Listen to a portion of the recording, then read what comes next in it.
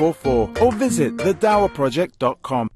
Darussalam.com, global leader in Islamic books, wishes you a blessed Ramadan and Eid Mubarak.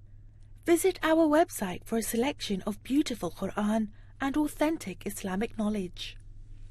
For all your family and friends, your Ramadan and Eid gifts are available at darussalam.com.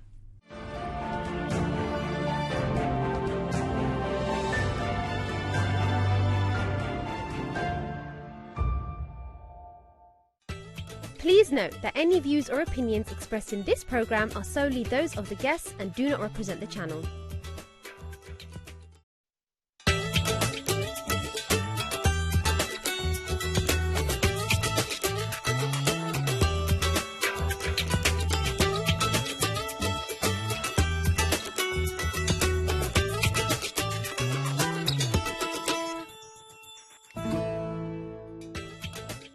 Assalamu alaikum rahmatullahi wa barakatuhu, and welcome to Women's AM.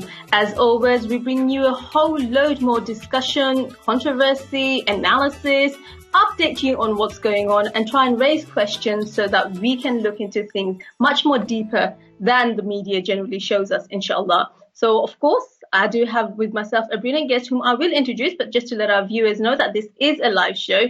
The number should be appearing on your screen shortly. Do feel free to call in or join in the conversation. Now, what is the topic today? So in light of the George Floyd protest, the Black Lives Matter movement, a whole lot of discussion around racism and tokenism has come up. So today what we want to do is discuss how we as Muslim women can respond to tokenism. What does tokenism mean? Well, we have our guest Zinat Islam, who is a barrister and an activist, who will explain, inshallah. Let's just go to our guest. I'm very happy to have Zinat on our show today. Assalamu alaikum, Zinat. Wa alaikum salam. Thank you for having me. No, it's a pleasure having you. I know there's having a barrister on the show. You know exactly what you're talking about, considering you are involved in so many aspects of both pro bono, activism work, working with the BAME community. So I think before we go further, I want you to tell us the different types of work that you do, just to give us a background to yourself. Impressive background. Thank you. So I'm a barrister. I practice in a chambers in London, and my background's in criminal defence, public inquiries, and I do quite a lot of work in the social justice space. In addition to the lawyering, I do quite a lot of projects on the side, working with young people and aspiring lawyers from underrepresented groups, so people from my own community, the BAME community, Muslim women, and a lot of kind of things that I'm working on at the moment are very much about trying to improve diversity and representation in professions like the bar, and trying to just work with young people to see that, you know what, these are types of professions that can be aspired for from people like us, and that we need more people from our community in these professions. Well, that's brilliant. This pretty much places us just exactly where we want to be with the discussion that we want to have today.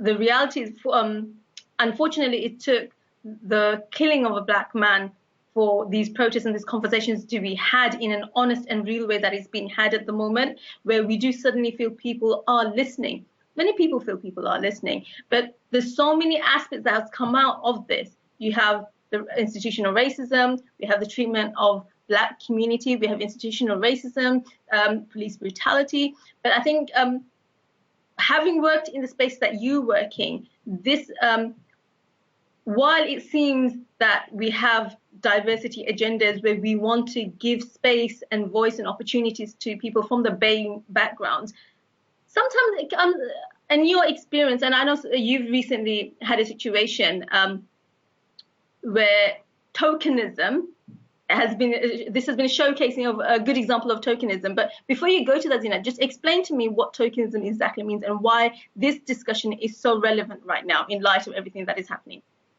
Sure. I think tokenism for me basically means when people are superficially responding to a diversity issue. So rather than actually meaningfully trying to make a difference or make a change about the lack of diversity, organisations are kind of doing tokenistic type actions which make it look like they're, care about these diversity issues. But actually the real question is whether do they really? And I think for me, what's really important is to understand that these conversations have been ongoing for a long time. They haven't started with what's going on in America, and they definitely won't end here.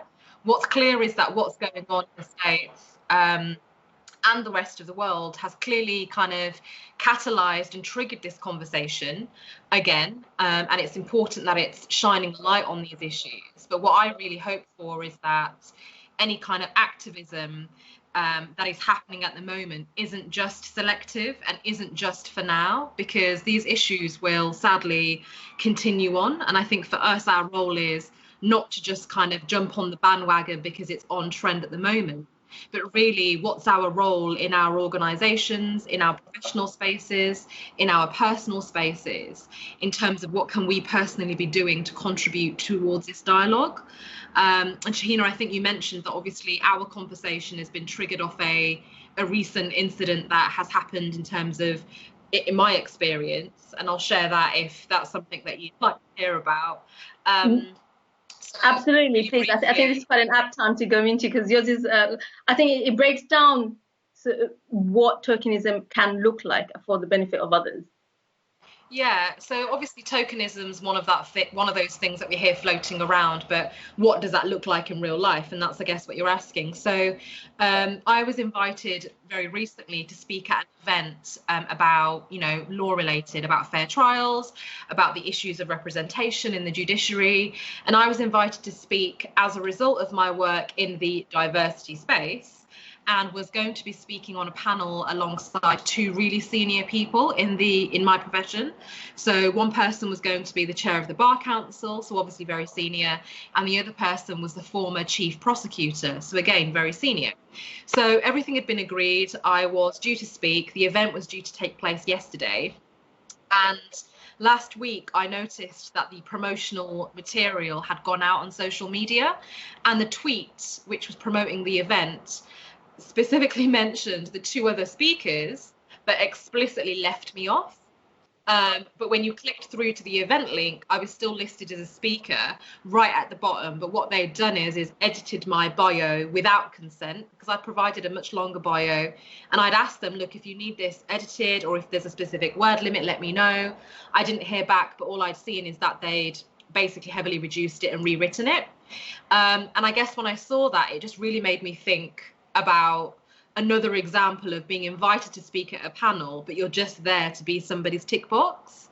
And so what I did was I just emailed the organisers to withdraw from the event, because I just didn't want to be a part of it, because for me it was just representing what happens to young women of colour all the time, every day in professional spaces. I'm going to stop you there before you go into how you responded. I have to challenge you on this. What makes you so sure that they didn't leave your details out accidentally? Or is this something that you've consistently found? I mean, for me, it's not about what makes me so sure that it was a deliberate act. It may very well not be a deliberate act. And in fact, it probably wasn't a deliberate act. It probably was a mistake. But this is indicative of unconscious bias, that people do these things without even realizing. It doesn't have to be a deliberate intentional act for it to be discrimination, for it to be erasure of brown Muslim women. Do you know what I mean? And it's these kind of small acts, which aren't actually that small, when they accumulate, you begin to see a very real picture. Because would you really have seen that tweet without the chair of the Bar Council on there, or without the former chief prosecutor on there? Like, let's be honest about this. I think there's sort of an unconscious or conscious valuing of a certain kind of people, where you ensure that the due respect is given, but that due respect isn't given to someone who you don't deem or don't tend to value or see as important as the other panelists. That's exactly it. And obviously, these are people that are very revered in our profession and have a lot of experience and expertise to add. But you've invited somebody else onto the panel as well. And in my view, you should all be treated equally in that sense. because actually if you don't, what you end up doing is just making it really blatantly look like a tick box, which is what for me it felt like, which is why I ended up withdrawing. But you touched on a key word here, treated equally, 2 words, treated equally. And regardless of what someone's experience is, if you have been invited on the same panel, is it natural to expect that equal respect? I mean, I'd like to think so, because we don't really host events with the view of treating some people better than others. I think obviously there will be different values and experiences and expertise that each speaker can bring, but surely you wouldn't be invited to speak unless they thought you had value to bring. So I just find it interesting that that was what happened. I obviously withdrew from the event, and the responses to my email were also quite telling, because I got 2 different responses from 2 different people. One of them said that they were also very annoyed that this had taken place, that they'd called a meeting with their communications team, and then another lady responded, and they both used the word mortified, because obviously they'd been called out on something which objectively did look really bad. The second response did show a lot more insight into the issues. So it seemed genuine in her apology, saying that she genuinely does care about this. She understands that I've probably had to call these things out a lot. She tried to give a reason as to why it had happened. But I maintained my decision not to take part, and I've since posted about it online, and I didn't expect it to blow up in the way that it has with the responses. I've actually seen that, and what's amazing about the fact that, because I know you put it on social media, but there's been over 1,000 responses. Over 1,000 likes, but many responses where other women have brought in their experience of tokenism. And we talked about this, didn't we? I think last week. And all the things we were discussing between ourselves, unless someone takes a stand, unless people see one person take a stand, it doesn't, where one wouldn't have the courage to call it out or feel like it wouldn't make a difference. Just your post has made so many other people come forward and talk about their experience. Yeah, I mean, I put it on LinkedIn not really thinking that it was going to get the response that it has, but I think as of this morning it's had like 70,000 views, and there's lots of comments on there. And what's really interesting about those comments is it's from people from all walks of life. So yes, people from the BAME community, Black women, brown women, but also a lot of experiences from white women, a lot of white men kind of commenting in solidarity. So it's really been interesting because the majority has been very supportive, commenting that it was a brave thing to do. There's been a few comments which I found interesting, which said that they would have dealt with it differently, and that they would have actually carried on speaking at the event and then called it out whilst at the event.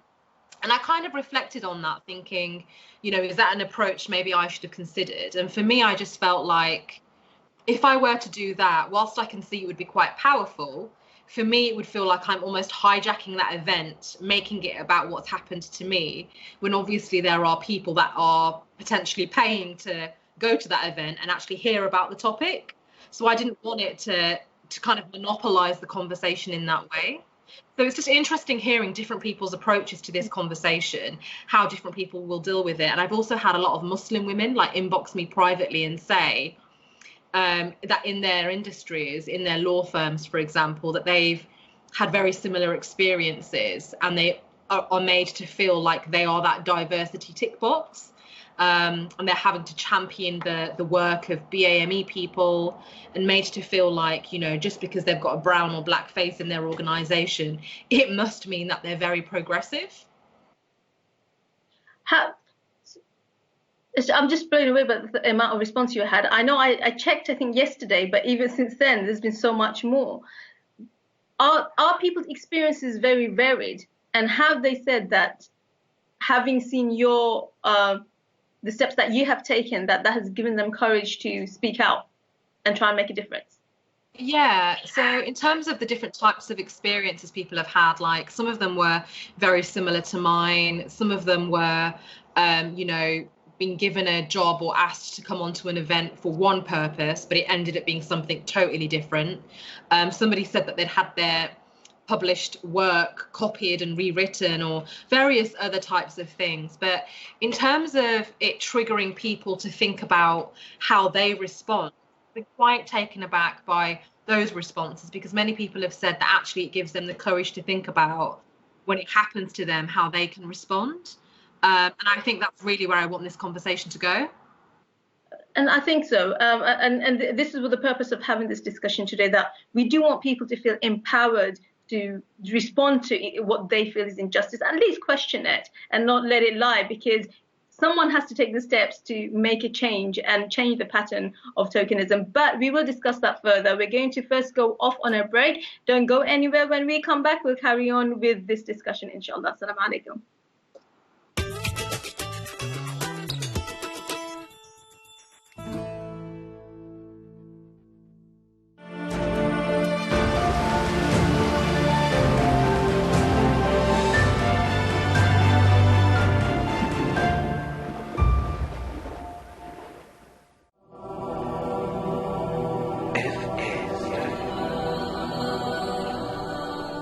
The glorious Hajj, a once-in-a-lifetime pilgrimage.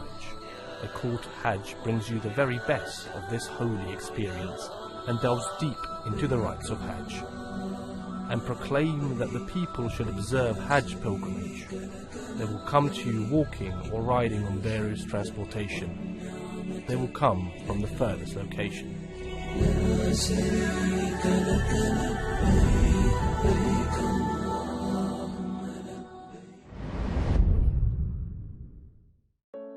Do you want to invest but required halal savings options? Do you need an advisor to guide and assist you through the financial landscape? Then call Oasis Crescent Advisory Services. We are committed to your financial well-being and will assist you to better understand your financial position and help you build a tailored savings portfolio.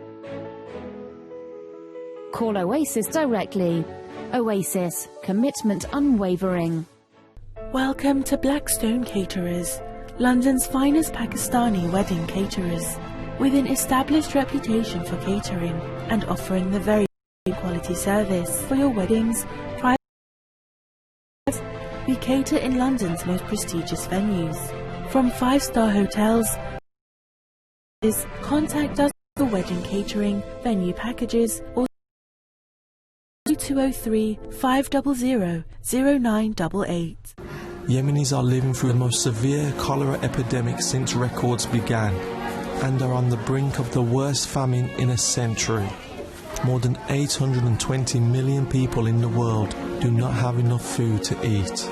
War, disease, low rainfall and natural disasters are causing already vulnerable families to go hungry.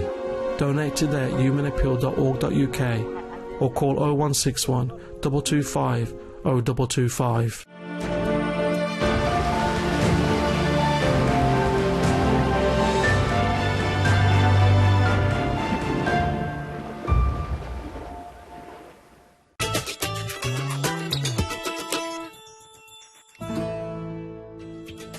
Assalamu alaikum and welcome back to Women's AM. If you've just joined us, we are asking the question, how can we as Muslim women respond to tokenism, especially in the light of the current debate on racism and the BAME community? Now we have with us Zeenat Islam, who is a barrister and an activist. And once again, before we went to break, Zeenat discussed her own experience, a recent experience of tokenism, which sort of triggered this discussion today. I think we touched on that, but Zeenat, why is it I really want our viewers to go away feeling empowered by this. Why is it important that we call these kind of unequal treatment towards the BAME community out? Why is it important that when we feel like we are being treated unjustly, that we speak out? Why is that important, especially now? Yeah, Shahina, I think it's really important because the reality is, unless we challenge the way that we're being treated, who else is going to do it for us, right? And I think realize a lot of people get the reaction that we are sometimes being oversensitive and reading more into things that more than there is.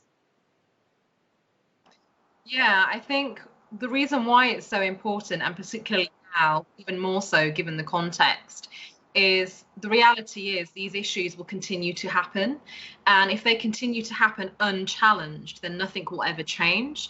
And I think for me, when I was more junior in my career, you know, many things have happened to all of us where you either will not even have realized that that's happened to you and that somebody's made an inappropriate comment or a microaggression has occurred, or you might have realized and chosen not to do anything about it because you feel like you can't. So I remember when I was much more junior, you know, various comments were made. For example, somebody told me that their only experience of a Muslim was from South Park, that, you know, that sitcom on TV that's really sarcastic and satirical. I've been mistaken for, you know, being the transcriber or the defendant's family, but not been treated as the lawyer. These are things that are very common. But I think what over time, as I've become a bit more kind of confident in myself, I've realized that I have to speak out. We have to speak out, because if we don't, nobody else is going to do it for us. And more recently, what I've been thinking about is, if we really think about it, if we agreed to be on these panels and these events, despite these issues, we're almost giving those events credibility, like we're legitimizing them despite the very real issues that go on. And so another example that recently happened was towards the end of last year, I was shortlisted for an award in one of the kind of most prestigious barrister awards called the UK Chambers Awards. And ironically, it was for Future Leader for Diversity and Inclusion. And the tickets to attend were over £400. And although my chambers were going to pay for me, I said that I can't in good conscience attend, because you can't tell me that you're trying to reward diversity, yet making the event so inaccessible to everyday people. And for me, it was another example of how you have these kind of events and processes. Sorry, let me pause you for a moment. I'm quite taken back by this. You have been nominated for the award, and as a nominee, you were expected, or your chambers, whoever, was expected to pay £400 towards a ticket.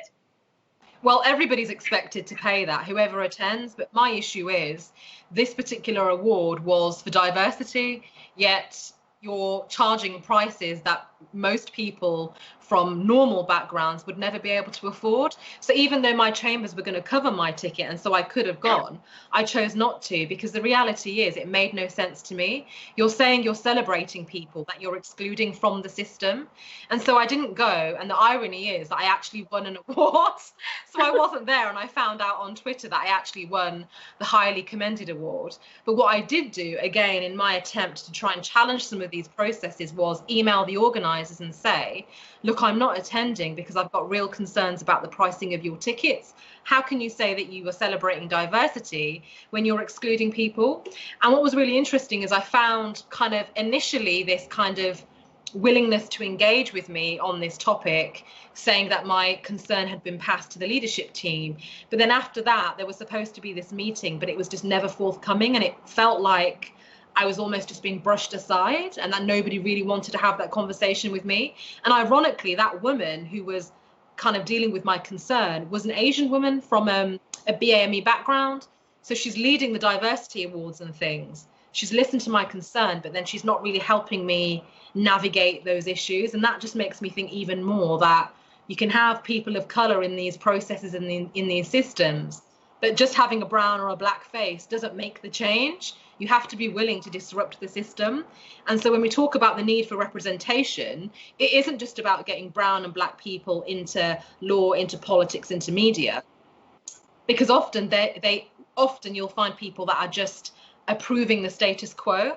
What we need is people from our communities that are going to be willing to challenge the mainstream narratives, question the status quo, and actually represent our communities and the grievances of our communities. I'm not interested in being the brown face that Boris Johnson has picked to make him look like he cares about diversity, when really he doesn't, let's be honest. And I think this is the interesting aspect of the conversation, because one of the things, advice that people get given a lot, is go into positions of power so they can make a difference. We need more multicultural representation. But now is actually a clear example of, unless it is people who go in with the intention of making changes. I mean, I'm going to come to that. But first of all, the reality is is it even realistic for people who want to be the movers and the shakers and the changers to get those positions of power? Because it seems that those who get into positions of power, even today's example, say in Boris Johnson's cabinet, you have Priti Patel, you have Sajid Javid, you have the guy who's dealing with the COVID issue. His name isn't coming to me right now. But these are all brown people. But you had Priti Patel come out with the strongest condemnation of the protests. Much more stronger than a white person would have said, some would argue. Yeah, and I think that's exactly what I was just beginning to say, that, you know, our issue here is much deeper than just getting more diversity in these spaces of power. It isn't just that, and this is what I continually am trying to champion at the bar. I'm not just interested in getting more Black, Asian, minority ethnic people in, because what we really need is people that are willing to disrupt the system and actually challenge the status quo. What we saw from Priti Patel the other day was her gaslighting another Black MP who was expressing her pain as a result of what's going on. And so we really need to be careful when we talk about diversity, and this is something that I've seen a lot of. It isn't just about changing the faces in the system. We need to change the system. And that's not just going to happen with getting more diverse people in. And I talk about this a lot at the bar, because the bar remains one of these places where it's massively inaccessible, really exclusive. It's hard to access it as a career, but even when you're in it, it remains difficult for BAME people. So like one example is there was a recent statistics survey by the Bar Standards Board, which said that 44% of people will get pupillage, which is the training program for barristers, if you are white, compared to 23% of BAME people, but with the same grade. So you can have the same grade, but if you're white, you're more likely to get pupillage, and if you're BAME, you won't. So you've got the issue there, accessing the profession, but then even when you're in the profession, those issues remain. So for example, COVID, the Bar Council did an impact survey on who's going to be most impacted as a result of COVID. And the findings were that BAME practitioners are going to be particularly impacted, because a lot of us work in publicly funded areas like crime, family, and things like that. So for me, it's really multi-layered, these issues. It's about, yes, getting in people from these communities, but we don't just want people that are going to rubber stamp the system as it is, because that's not going to change anything. But even on that point, just referencing Akala, the well-known rapper and activist, he recently did a live discussion on Instagram, and somebody actually asked the question, is it worth going into the system and making changes? Is making changes realistic? Because is the system even set up to enable that kind of change? So is it realistic then to go into that system and try and change it, Zenith? I mean, this is my everyday life question, and I'm in a constant state of crisis of purpose. And it's a question that I still have not reconciled with, because obviously as a barrister, I am within the system. But the only reason I pursued this route was because I wanted to challenge the system. So I'm kind of in this weird bubble whereby, yes, I'm complicit, which makes me feel a bit sick, but I'm trying to use my platform to actually be the thorn and challenge things. And I guess there's an argument to be made that actually you need a bit of platform for people to listen. So for example, I'll be invited to speak at events or, panels because I'm a barrister and that sounds cool. But actually when I get there, I say what I want. So it's kind of twofold. So I'm kind of the view at the moment that I need to, for me personally, I consider that I'm kind of in both spaces. I'm in it and I'm out of it. And when I'm in it, I hate it. But it's almost like, okay, but this system is never going to change. But if our people continue to be subjugated by our system, then surely there needs to be more people within it to try and help them navigate it. And that's kind of where I am at the moment. Whether change or not, that noise has to be made, if it at least made louder. And I think the current climate enables those voices to suddenly just be heard that little bit more clearly, which sort of takes me on to the next topic of, and I know you touched on COVID disproportionately impacting BAME groups, but recently investigation was done and a report was released, and only the other day it was also revealed that Conservative actually held back some of the finding of that result, because it did indicate that racism had something to do with BAME people, whether it be doctors, consultants, nurses, that racism discrimination had played a part in why many more BAME people actually died from the COVID. And it is quite sickening, some would say, because there was a whole discussion regarding are BAME people just genetically more prone to COVID, which is a horrible line of discussion to have, just considering that the reason that played a part in is racism and discrimination, one of the reasons.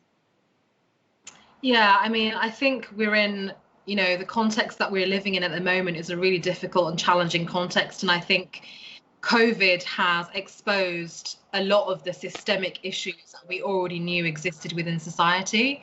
And so, yeah, PHE, released their report, but, and it made the findings that people from BAME communities are particularly affected, and actually the Bangladeshi community are particularly high risk. What it doesn't do, and why there's such an outrage, is actually explain the reasons why, or make recommendations about how we can safeguard these communities.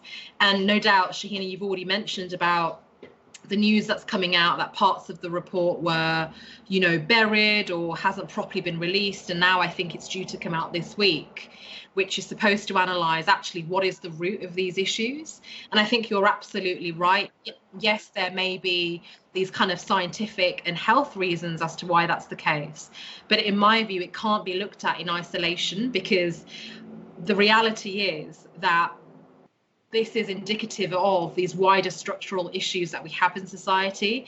And a big part of that is racism. It's how people are treated from these different backgrounds and where we find ourselves in those respective parts of community. So why is it we have particular people from particular backgrounds in the frontline key worker roles? Why is that? Whilst it's a privilege for people to work at home, I'm from a BAME background, but as a result of my profession, I'm very privileged to be able to work from home. Many people don't have that privilege. They have to go out to work, and in doing that, they're putting themselves and their families at risk. So there's some serious questions that COVID raises that we already knew existed, but I really hope that what this does is just shine the light on the discussions about race in our country, because this stuff has existed for decades, and it isn't going to go away. But it's time that we actually had a proper conversation about what's going on, and that absolutely. And I think the findings of this report, the parts particularly that have been left out, is one would argue is quite a slap in the face of those who keep arguing that we don't have a problem, because of what's happening in America. It's very easy to that race is a problem only in America, that Britain is so much more better. But I think this indicates is a big example of how racism does systematically affect BAME communities and people of color. But what I want to do is we're going to go for a break now. When we come back, Zinat, just to come back to the steps that we can take to ensure that we can speak out, to ensure that the actions that we take actually make an impact in ensuring that people consciously or unconsciously don't deal with people in a tokenistic way. So we're going to do that, but let's quickly go off for a break. When we come back, we'll carry on. Assalamu alaikum.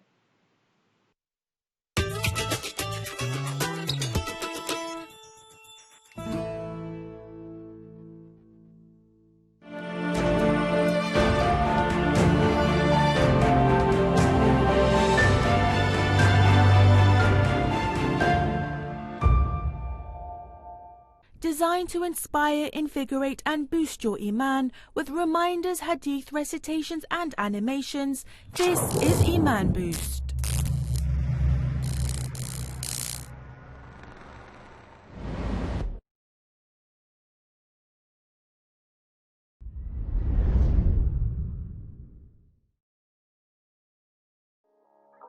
Live in one of the most highly sought-after neighborhoods in all of Greece.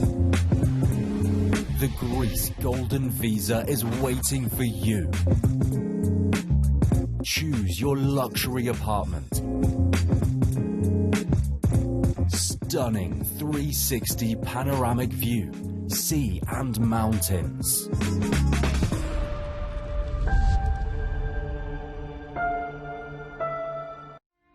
No one wants to let go of that feeling of closeness to Allah that we feel by the end of Ramadan.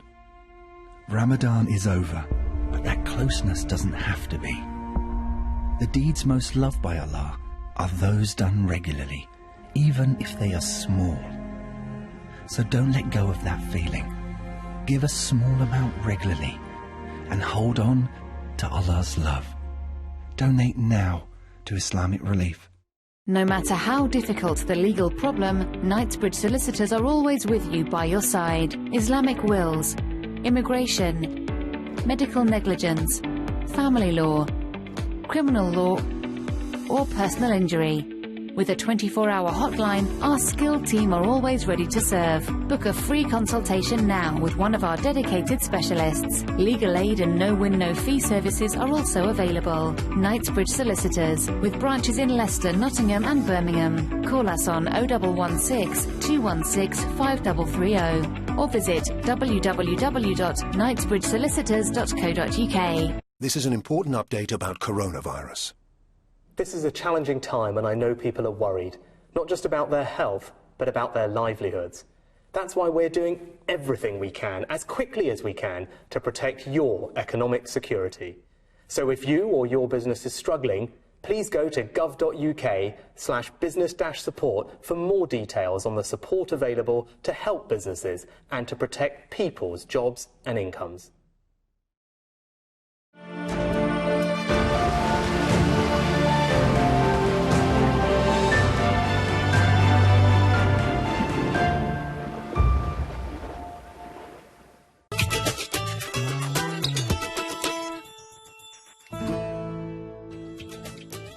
Assalamu alaikum and welcome back to Women's AM. This is the final part of our discussion today, and the question we are asking is, how can we as Muslim women respond to tokenism? So far we've given a lot of examples of places that you can find tokenism. We talked about institutional racism and the challenges that BAME people face, especially in getting their voices heard. But what I want to come to Zinat now is, we did touch on it in the sense that in the professional space, sometimes Muslims are, not just Muslims, but BAME people are gaslighted when they raise an issue to do with tokenism or racism. Just elaborate on that a little bit more and tell us what we can do to still keep challenging regardless, and how. Yeah, thanks, Shahina. I think what's really interesting and what's something that's emerged in recent weeks and also historically, that when you may try and raise these types of issues, whether it's in your workplace, professional circles, or other networks, that people can automatically be quite defensive, and they kind of automatically personalize issues. They think that you're directly attacking them, whereas actually you're just talking about wider structural systemic issues. And so, for example, when you talk about Black Lives Matter, often what you will hear is all lives matter. What about our lives? What about this?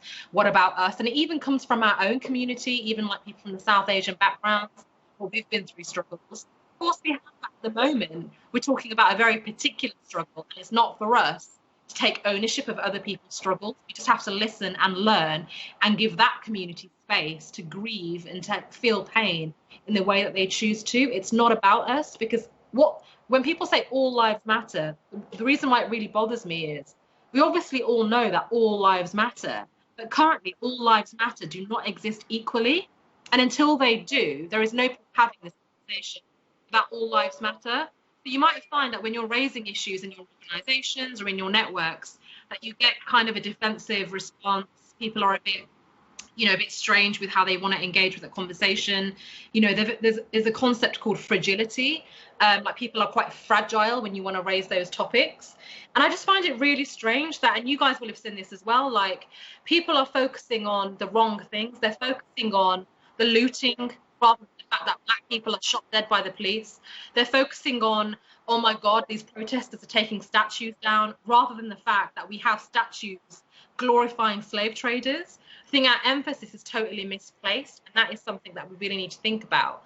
In terms of what we can do kind of within our organisations and as Muslim women or BAME women, the first thing that I would like to say is to try and educate.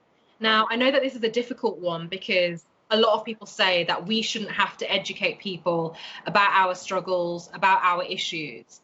But I personally am of the view that I don't think people are suddenly going to wake up tomorrow and be enlightened.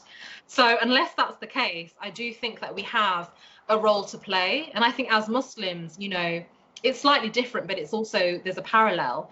That a massive part of what we're supposed to be doing is dawah, which is about speaking to people, sharing knowledge. And if there is a way that we can do this, and something positive can come out of it, then I think we should do that. And I think there's a vast array of approach and opinion people have on how we're going to make that change. And I want to touch on that a little bit more, but I want to take our caller who's been waiting for a while, first of all. Assalamu alaikum, caller. Assalamu alaikum, what's your name and where are you calling from?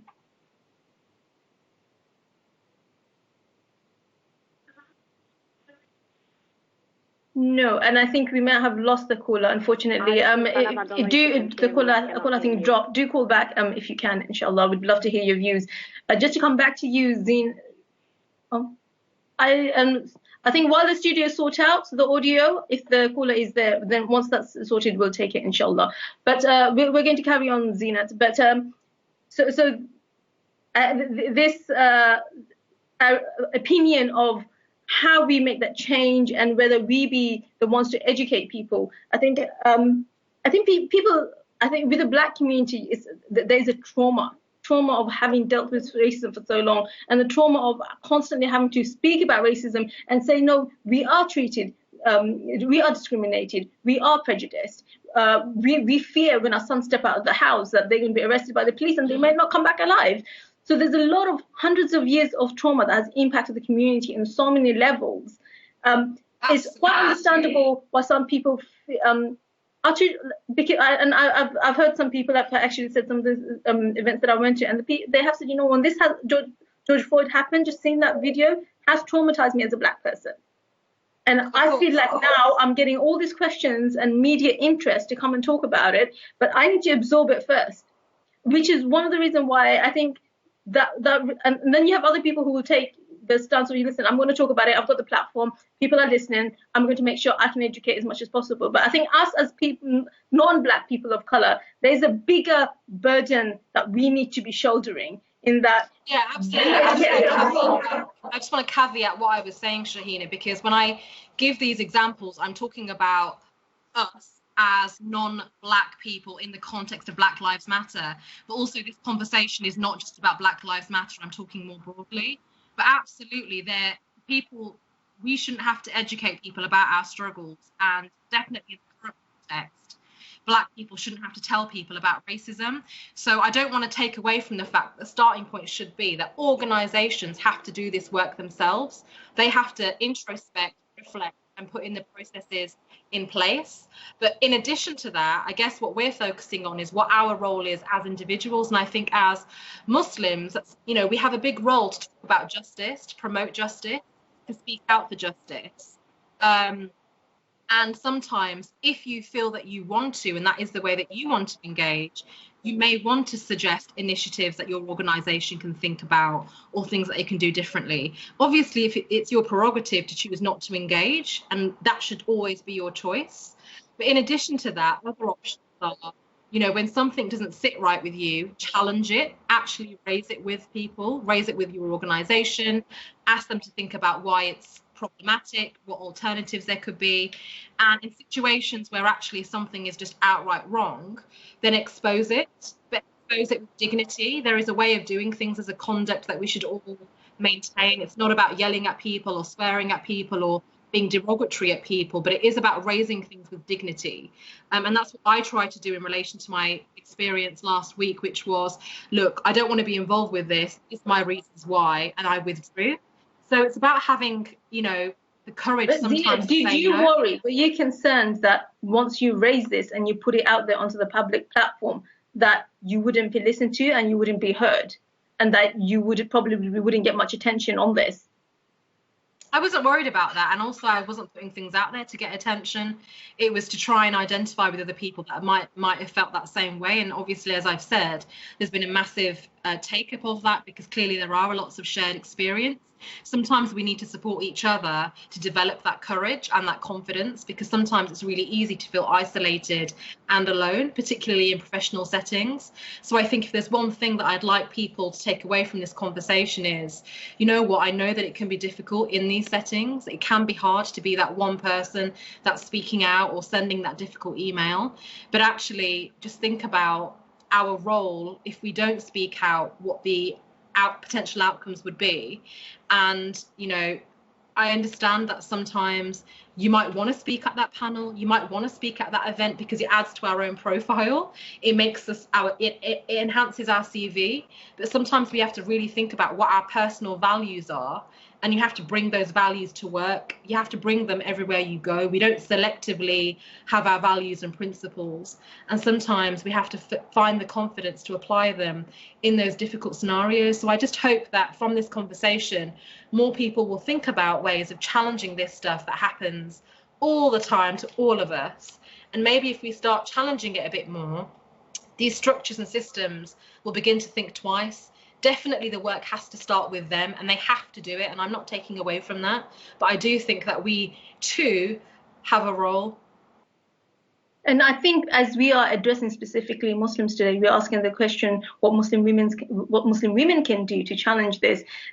Islam does come into it for us, as you touched on already, in that where there is injustice, that there's a responsibility on us to challenge that injustice. Where someone is being treated unequally, that we have a responsibility to respond to that. And not only just injustice towards ourselves. If we unite in this, and if we have colleagues who are going through something, be there to back up. Be there to say, no, I agree with this person that this has happened. No, what you're feeling is absolutely valid. And give that support, and not just wait to respond just when it happens to me personally. How important is that? Absolutely, Shahina. I think that's fundamental, because it's not about just personal injustices, which will happen all the time, but we'll see things happen to our colleagues. For example, in the current context, BLM, that isn't my particular struggle, but I will try really hard to be there for friends and colleagues that are suffering at the moment, and try and be what they call is an ally, but not one of these kind of hollow performative allies that are just pretending to care. Like a lot of organizations at the moment are putting out these statements of solidarity, but will they really be doing the work that underpins that? I'm not sure. I'd like to hope that the conversation continues and it doesn't just drop off with the social media hype. But absolutely, I think as Muslims, the justice concept is much, much broader, and that's why for me it informs my role as a lawyer, it informs my role in these spaces. And it really helps guide me. So when you feel that you're struggling or that you may not want to speak out, maybe just try and go back to basics about what it is that is really important to you, what it is that you really stand for or want to stand for. And even if it is not directly impacting you, how can we support other people that are struggling, people that are being marginalized? Because we do have a duty in that sense. We can't be silent when these things are going on. And I think, and as you said, Zinat, there are a lot of companies and organizations who actually are feeling the pressure to come out and stand with the BLM movement. You've got the whole Black Tuesday thing that we had. They are coming out and posting things, but I think proof of the pudding will be how long we keep that going. So even when you don't see a video of another black man being killed or another big story hit the roof, that we still carry on, even when it's quiet. And I think how important is that those of us, because there are people from the Muslim community, from the BAME community, who do have a level of influence, especially with access to social media and other platforms now, that we still use our voice. If we have a loud voice, we still use our influence, that we still give the platform and keep the conversation going. Other people can't keep the conversation going for us, that we take our onus and responsibility and lead in that conversation, even when the rest of the world goes quiet on it. How important is that? I think that's absolutely important, because the reality is, as we've seen with activism or like online activism, it comes in waves. You get people that are speaking out on the back of a horrific incident that's happened. But, you know, George Floyd isn't the start of this, and he definitely, sadly, is not the end of it. These issues have persisted and will continue to persist. And whilst that carries on, we all have a role. This isn't just right now because, you know, like I say, it's on trend, it's trending on Twitter, people are posting about it. These issues will continue in every community. And as Muslims, we do have a role whatever your platform is, whatever privilege you have, to use that platform to speak out. We're all, very grateful to be living relative lives of comfort compared to very many other people. And so whilst that is the case, we have to be challenging, we have to be asking questions, we have to be exposing when these things are wrong. Because again, unless we do it, unless we champion our communities, other communities, who's going to do that work? It's right to say that organisations have to do the work, and that pressure has to continue. But my fear is that some of it is superficial, in the same way diversity strategies are superficial. It's just a tick box. People are worried about compliance and monitoring. Really hope that when people like yourselves speak out and stand against it, that this superficial is going to turn to a genuine effort, inshallah. But we have less than a minute to go, Zinat, and I want to give a chance to talk about some of the projects that you're doing. So for people out there, if they want to access some of the projects that you're doing, especially from the BEM community, do mention a few of them. Yeah, so I'm currently doing a number of training webinars for people from BME communities to deal with kind of these types of issues in the workplace. I'm also running a series of skills development boot camps, so things like confidence, public speaking, how to navigate these systems of power when you're in difficult situations. So if any of that is of interest, then please get in touch. Where can they go to get in touch and to access information? You can get hold of me online, Zina Islam, my website is zinaislam.com, and I'll be happy to speak to anybody who wants to get involved in any of those projects. That's brilliant, Zinat. Zinat, thank you so much for being here today to talk about your experience and give a lot of advice and tips. I think, inshallah, we have to bring you back. There's no way that we're not bringing you back after today's discussion. Thank you so much. And to our viewers, I hope this discussion has been beneficial to you. You can access these programs, even Women's AM, on Islam Channel website. You can contact us for your comments on Women's AM at islamchannel.tv or our Facebook page. I hope this has been good for you, as it's been good for us. Inshallah. Take care. Assalamu alaikum wa rahmatullahi wa barakatuh.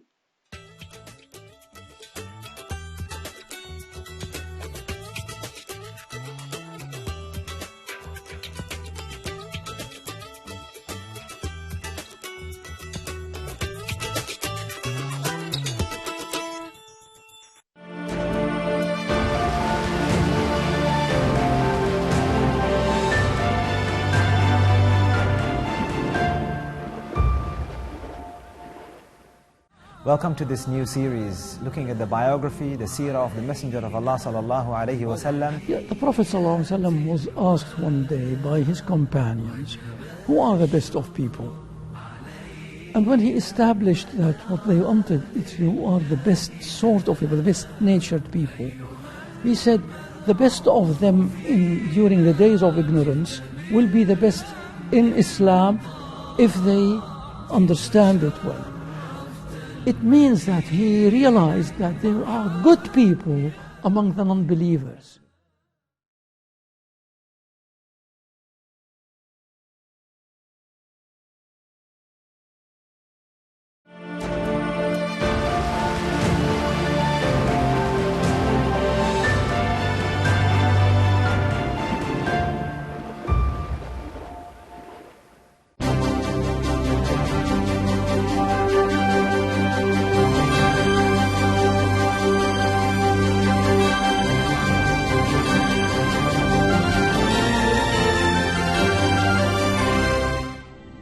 On this day in 1977, NASA rocket scientist and former Nazi officer Wernher von Braun died at the age of 64. Von Braun had developed the V-2 rocket for the German army during the Second World War.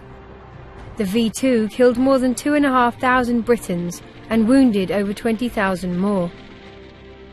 In the aftermath of the Second World War, the US sought to recruit von Braun and his team, and so gain a clear technical advantage over its economic and military competitors. In his new role, von Braun became the chief architect of the Saturn V rocket, which put the first man on the moon, winning the space race for the US.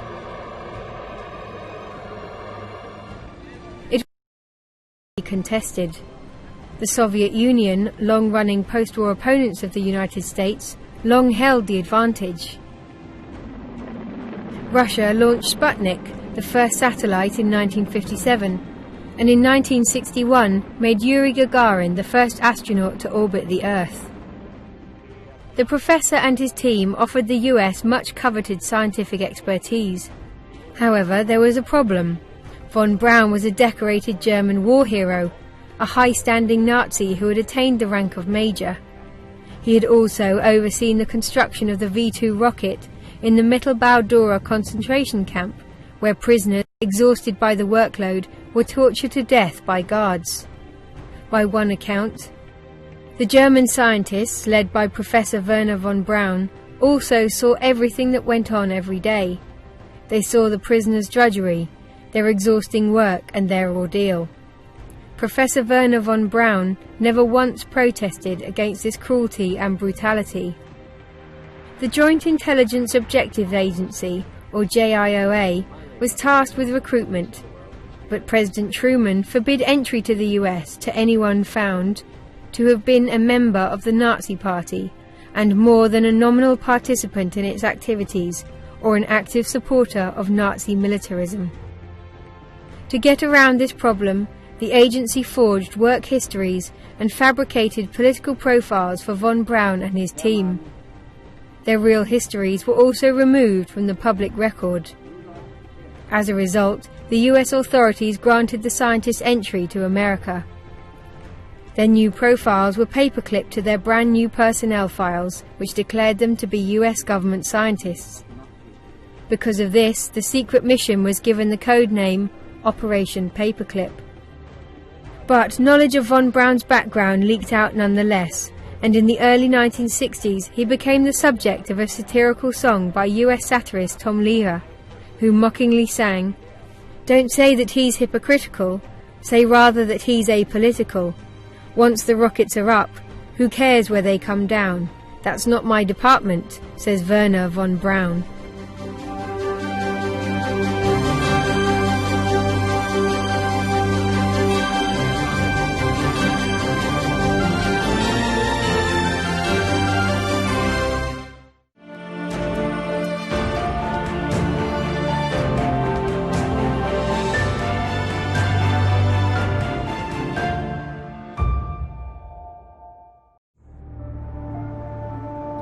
Americans need vision. We're that kind of country. America is a project. But right now we're in this period where we have no vision. We live in a vision-free society. I don't think we should focus on inequality, and I don't think wealth created in a free market is taken from the poor or the middle class. I have failed to come up with an understanding of how anyone can support a man of extraordinary cruelty and inhumanity. This is Trump territory. They want someone in office who will stand up for the ordinary person. Right now we think in terms of racial groups and gender groups. I don't think racism ever really went away.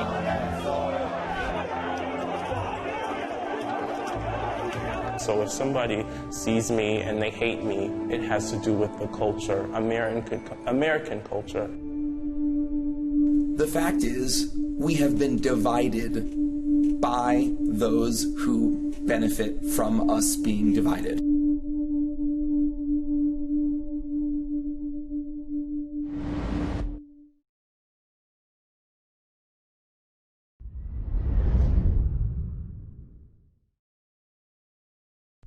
Darussalam.com, global leader in Islamic books, wishes you a blessed Ramadan and Eid Mubarak.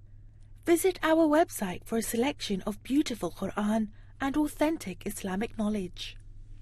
For all your family and friends, your Ramadan and Eid gifts are available at Darussalam.com. The Syrian Bread Factory is a lifeline to thousands of families. The lack of daily bread means internally displaced families continue facing hardship. You can help bring bread to thousands of families. Help us serve orphans, widows and the elderly across these camps. Give your zakat and sadaqah today. Help save lives. Help Sham. muslimhands.org.uk. Live in one of the most highly sought-after neighborhoods in all of Greece. The Greece Golden Visa is waiting for you. Choose your luxury apartment. Stunning 360 panoramic view, sea and mountains.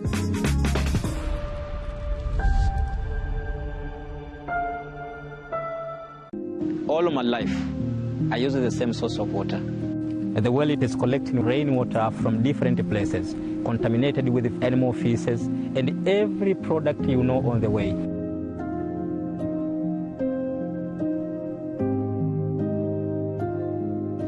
A reliable source of water, it means changing of life.